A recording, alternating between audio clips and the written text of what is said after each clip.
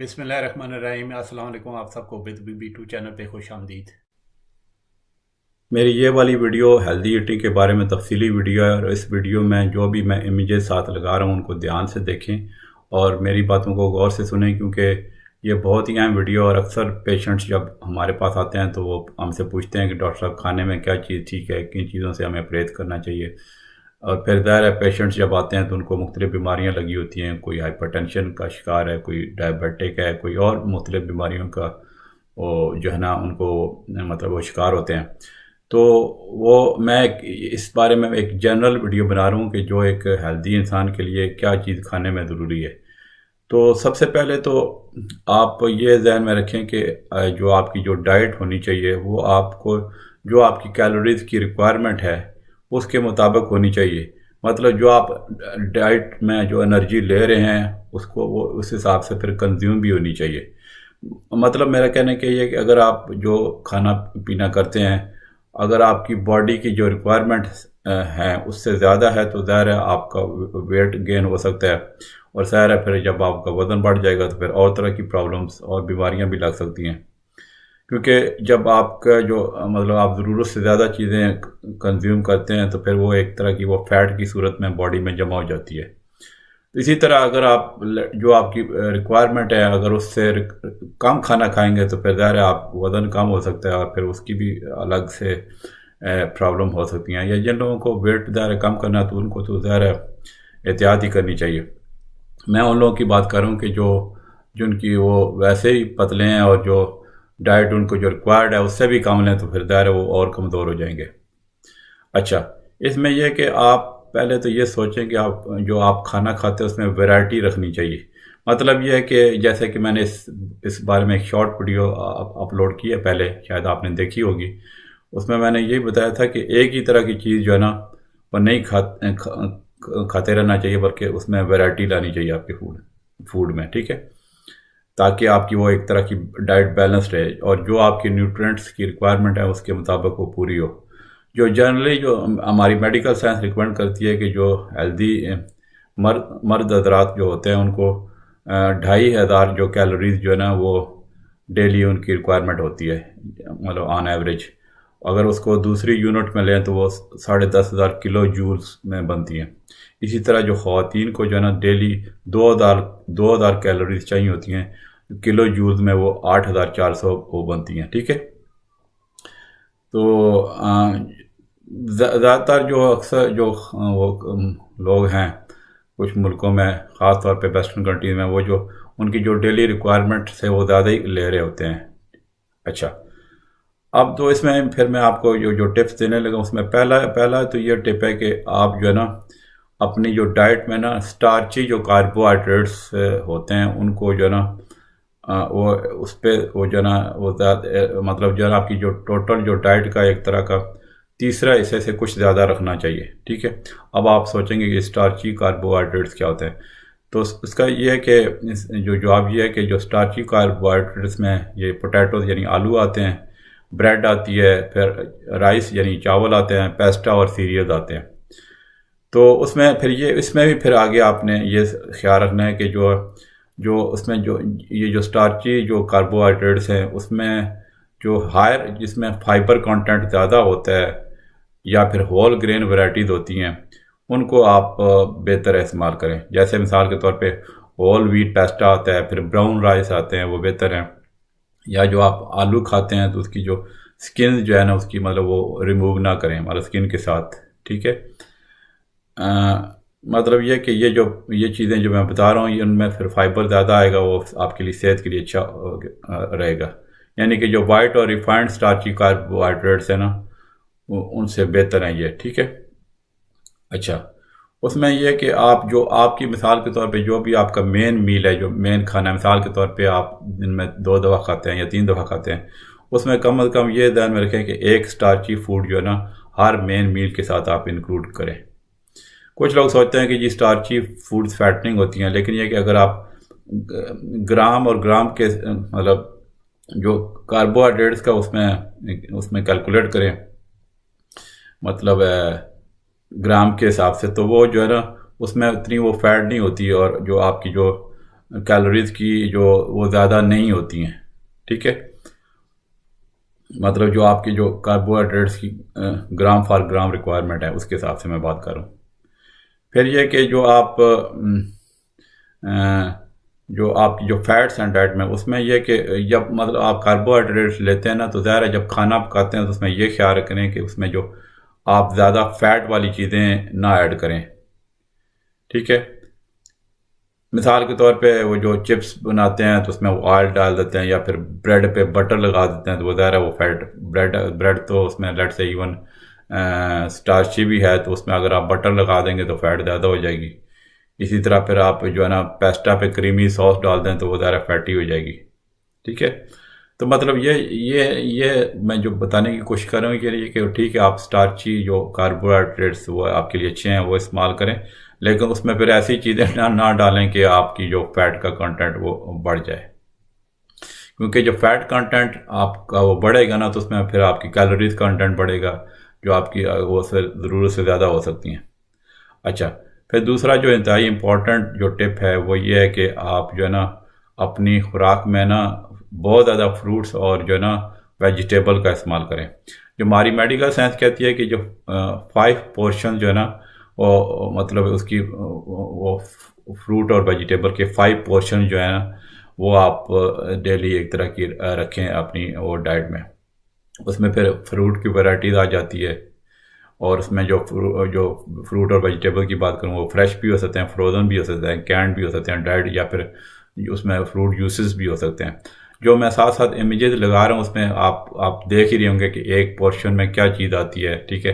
मिसाल के तौर पे एक एप्पल आ गया, तो ये बेसिकली जो आप इमेजेस में देख रहे हैं ना फ्रूट और सब्जियाँ, उसके एक तरह के ये कि आपने एक दिन में 5 कोशिश करें कि 5 पोर्शंस उसमें फ्रूट और वेजिटेबल का लें। मतलब उसमें कोई ये इतनी कोई बहुत मुश्किल साइंस नहीं है। मिसाल के तौर पे आप जब ब्रेकफास्ट अपना सीरियल लेते हैं उसके साथ जो है ना एक केला खा लें, ठीक है। या फिर आपका जो मिड मॉर्निंग स्नैक होता है उसमें एक फ्रेश फ्रूट का पीस ले लें, ठीक है।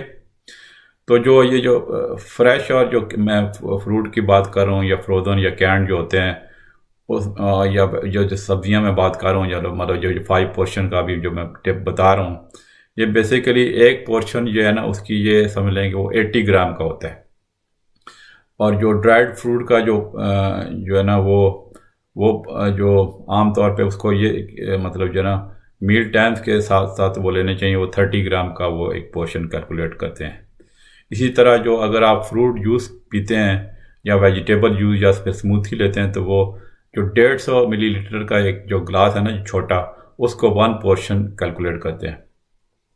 तो ये यहाँ पे ये बड़ी इंपॉर्टेंट बात ध्यान में रखें। तो एक आपने एक गिलास जो है ना मतलब 150 ml का जूस जो है ना वो जूस वो उससे ज़्यादा नहीं डेली पीना, ठीक है। यानी कि एक गिलास जो छोटा है ना 150 मिलीलीटर वाला जिसमें फ्रूट जूस या फिर वेजिटेबल जूस, तो उसमें ये नहीं करना कि 150 का वेजिटेबल जूस भी पी लें, 150 ml का वो फ्रेश फ्रूट जूस पी लें, ठीक है। मतलब टोटल आपने सिर्फ 150 मिलीलीटर ही पीना है अगर फ्रेश जूस आप पीना चाहते हैं। क्योंकि इसमें क्या होता है, जो फ्रेश फ्रूट का जो फ्रूट जूसेस होते हैं ना जो भाई, उसमें यह ना कि आपका जो मतलब डायरेक्ट, मैंने कहना चाहता हूँ कि डायरेक्ट फ्रूट खा लेना ज़्यादा बेहतर है कि बजाय कि आप फ्रूट जूसेस पिएँ, क्योंकि उसमें वो शुगरी हो जाते हैं और फिर आपके टीथ को डैमेज कर सकते हैं। अच्छा, फिर यह कि जो नेक्स्ट स्टेप है उसमें यह कि आप अपनी जो खुराक में ना फ़िश का ज़्यादा इस्तेमाल करें, ख़ास तौर पे जो ना ऑयली फ़िश का पोर्शन, क्योंकि फ़िश में बड़े अच्छे प्रोटीन और विटामिन और मिनरल्स होते हैं। वो इसमें ये आप जो ये समझ कि हफ्ते में कम से कम 2 पोर्शन जो है ना आपके फ़िश के होने चाहिए। उसमें से 2 में से कम 1 पोर्शन ऑयली फ़िश का वो रखें। ऑयली फ़िश में चूँकि ओमेगा 3 फैट्स होते हैं, तो वो जो है ना आपकी बेसिकली ये वाले हेल्दी फैट होते हैं, वो आपकी हार्ट डिजीज़ से बचाते हैं। उसमें ऑयली फ़िश में फिर मैं आपको एग्जांपल दे देता हूँ फ़िश की, जैसे सैल्मन होगी फ़िश, वो बड़ी अच्छी है, ट्राउट है, हैरिंग है, सार्डाइन्स हैं, पिलशर्ड है, मैकरल जो फ़िश होती है वो ऑयली फ़िश होती है।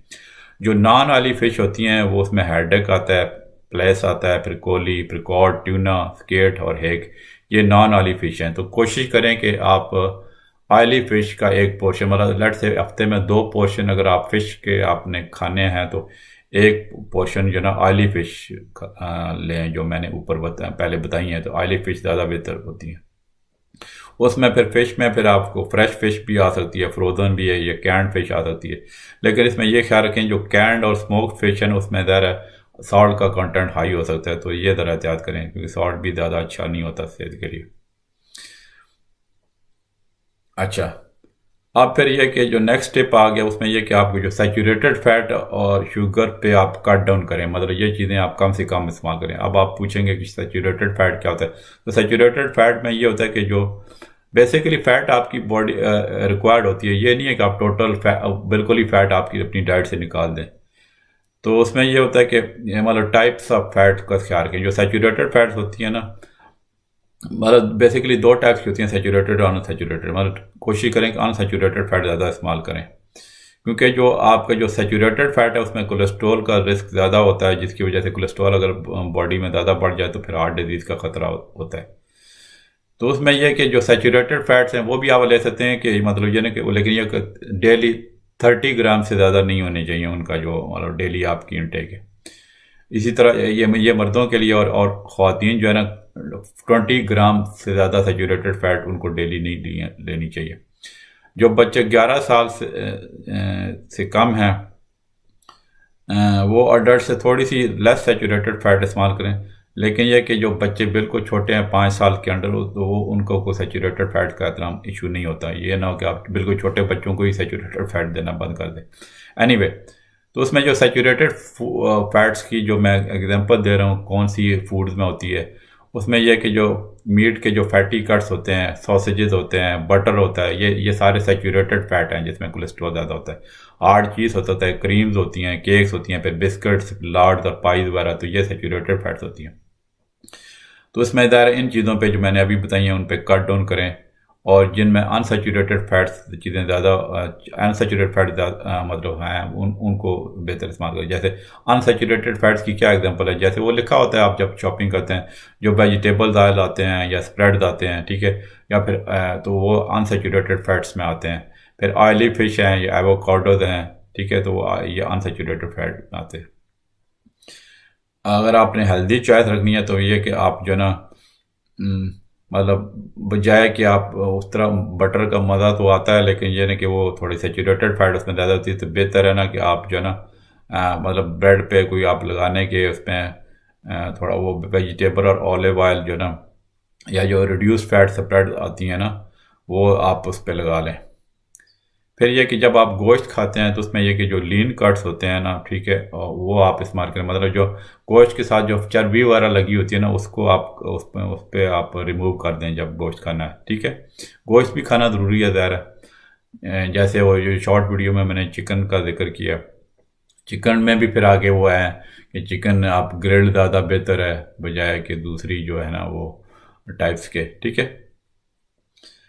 अच्छा, उसमें यह होता है कि जो सारी जो फैट्स हैं उसमें एनर्जी बहुत ज़्यादा होती है, तो ये जो ना ये कोशिश करनी चाहिए कि आप स्मॉल अमाउंट्स में फ़ैट लें, ठीक है। अब आ जाते हैं कि शुगर में ये कि आप जिस चीज़ में भी हाई शुगर होती है उससे मोटापे का फिर टूथ डिके का ज़्यादा ख़तरा होता है। उस पर फिर यह कि वो एनर्जी में हाई होती हैं, मतलब कैलोरीज और किलो जूल के हिसाब से। तो अगर ज़्यादा आप कंज्यूम करेंगे तो फिर आपका वेट गेन हो सकता है, जिसकी वजह से फिर और प्रॉब्लम हो सकती है।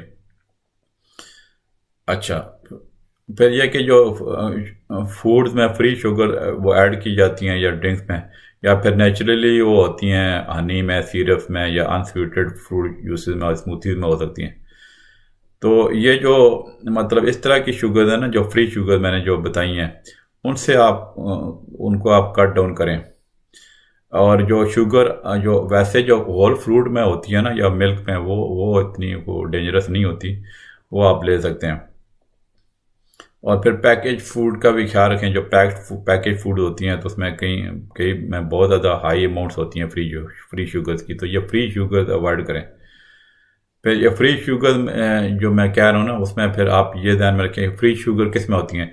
ये जो कोला ड्रिंक्स होते हैं, मतलब फिजी ड्रिंक्स होते हैं शुगरी, ये तो आप बिल्कुल छोड़ ही देना। ये इस तरह की ये जो है ना, ये बहुत डेंजरस होते हैं, बहुत ज़्यादा शुगर होती है।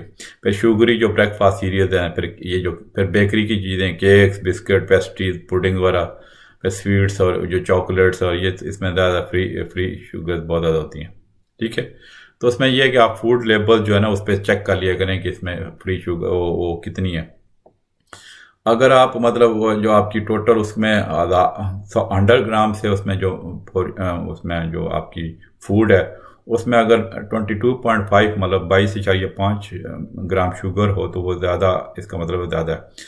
लेकिन ये कि अगर आप एक फूड का जो 100 ग्राम होता है उसमें से अगर 5 ग्राम शुगर होगी तो वो उसका मसला नहीं है, वो ठीक है। ठीक है, मतलब 5 ग्राम या उससे लेस। अच्छा, फिर नेक्स्ट जो टिप आ जाती है उसमें यह कि आप जो ना सॉल्ट कम कर दें। मतलब ये ना कि आप जो नॉर्मली मेडिकल ये कि 6 ग्राम जो है ना से ज़्यादा नहीं लेना आपने जो सॉल्ट है, क्योंकि जो ख़ास तौर पे जो ब्लड प्रेशर के पेशेंट्स, हाई ब्लड प्रेशर के पेशेंट होते हैं, उनमें सॉल्ट उनके लिए बहुत डेंजरस है। तो उसमें फिर हार्ट डिजीज़ का और फिर स्ट्रोक का ख़तरा ज़्यादा बढ़ सकता है। क्योंकि अगर इवन आप डाइट में आप साल्ट नहीं भी, कुछ लोगों को आदत होती है ना खाने में ऊपर नमक डालते हैं, तो वो अगर नहीं भी डालें तो ऑलरेडी कुछ जो आपकी फूड में वैसे ही सॉल्ट के ही हाई होते हैं। मतलब यह कि जब आप फूड लेते हैं, मिसाल के तौर पे जो ब्रेकफास्ट सीरियल लेते हैं, सूप्स हैं, ब्रेड हैं, सॉसेस में, उसमें ऑलरेडी सॉल्ट कंटेंट काफ़ी होता है, तो ऊपर और डालेंगे तो फिर और ज़्यादा वो मसला हो जाएगा। अगर आपकी जो फूड है उसका मिसाल के तौर पे 100 ग्राम लिया जाए तो उसमें अगर 1.5 ग्राम से ज़्यादा वो सॉल्ट हो तो इसका मतलब ये ज़्यादा है। तो ये चीज़ आप ख्याल रखें। और जो मतलब जो है अडल्ट्स के लिए ना, मैंने जैसे शुरू में पहले बताया, थोड़ी देर पहले, इसमें ये कि 6 ग्राम सॉल्ट से ज़्यादा आपका वो डेली नहीं होनी चाहिए। मतलब 6 ग्राम तकरीबन 1 टीस्पून वो बनता है, मतलब पर डे के हिसाब से, उससे कम होना चाहिए। अच्छा, फिर नेक्स्ट जो टिप है जो किसमें कि जो खाना खाने के साथ कि आप एक्टिव रहें और अपना हेल्दी वेट मेंटेन रखें। उसमें यह कि रेगुलर एक्सरसाइज बहुत ज़रूरी है। ये ना कि आप खाते रहें और फिर जनाब आप उसको मतलब जनाब बस कोच पोटैटो होके बैठे रहें अपने रूम में। तो उसमें यह कि अगर आप एक्टिव नहीं रहेंगे तो उसमें फिर बहुत सारी बीमारियों जो है जो मैं अक्सर अपनी वीडियोज़ में वो जिक्र करता रहता हूँ, उसमें वो लगने का ख़तरा होता है। तो इस पर एक्सरसाइज पे तो खैर अलग से एक वीडियो बन सकती है।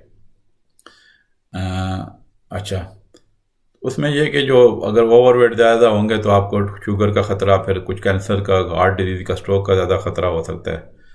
तो मतलब यह कि अगर आप वेट कम करना चाहते हैं तो आप ध्यान में रखें कि खाने में कम करें और खाना कम कर लें और एक्टिव ज़्यादा हो जाएं और एक्सरसाइज ज़्यादा करें। तो ये एक इम्पॉर्टेंट टिप थी। फिर यह कि आप जो है ना ये ध्यान में रखें कि आप को प्यास नहीं लगनी चाहिए। मतलब आप वैसे ही पानी वगैरह ज़्यादा पीते, मतलब उस तरह भी जो गवर्नमेंट रिकमेंड करती है कि आप 6 से 8 गिलासेस जो है ना डेली पानी पीना चाहिए।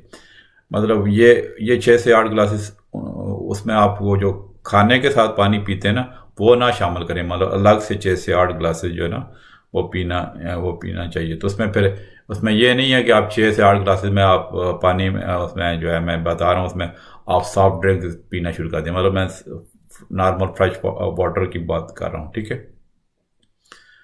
अच्छा, फिर यह कि आप जो नेक्स्ट टिप है कि आप अक्सर लोग जब ऑफिस में जाते हैं तो वो नाश्ता इस बार स्किप हो जाते हैं। तो नाश्ता स्किप ना किया करें, क्योंकि अगर आप हेल्दी ब्रेकफास्ट लेंगे उसमें जब हाई फाइबर होगा और अगर उसमें फैट या शुगर सॉल्ट कम होगा तो वो आपके लिए एक तरह का बैलेंस डाइट वो कंसिडर की जाएगी। तो आपकी जो बॉडी की न्यूट्रिएंट्स रिक्वायरमेंट है वो भी पूरी हो जाएगी। उसमें जैसे होल ग्रेन जो है ना वो जिसमें लो शुगर सीरियल हो, जिसमें के साथ पे सेमी स्किम्ड मिल्क ले लें या फिर साथ कोई फ्रूट वगैरह रखा हो। ठीक है, तो वो एक ये समझ लें कि टेस्टी भी हो जाएगा और ब्रेकफास्ट भी आपका हेल्दी हो जाएगा। तो ये थी जनाब मेरी वीडियो हेल्दी ईटिंग के बारे में। मुझे उम्मीद है कि आपको वीडियो पसंद आएगी। अगर इसके बारे में कोई क्वेश्चन हो तो ज़रूर कमेंट्स में पोस्ट कीजिए। चलें, मिलते हैं इंशाल्लाह अगली वीडियो में। ओके जी, अल्लाह हाफिज़।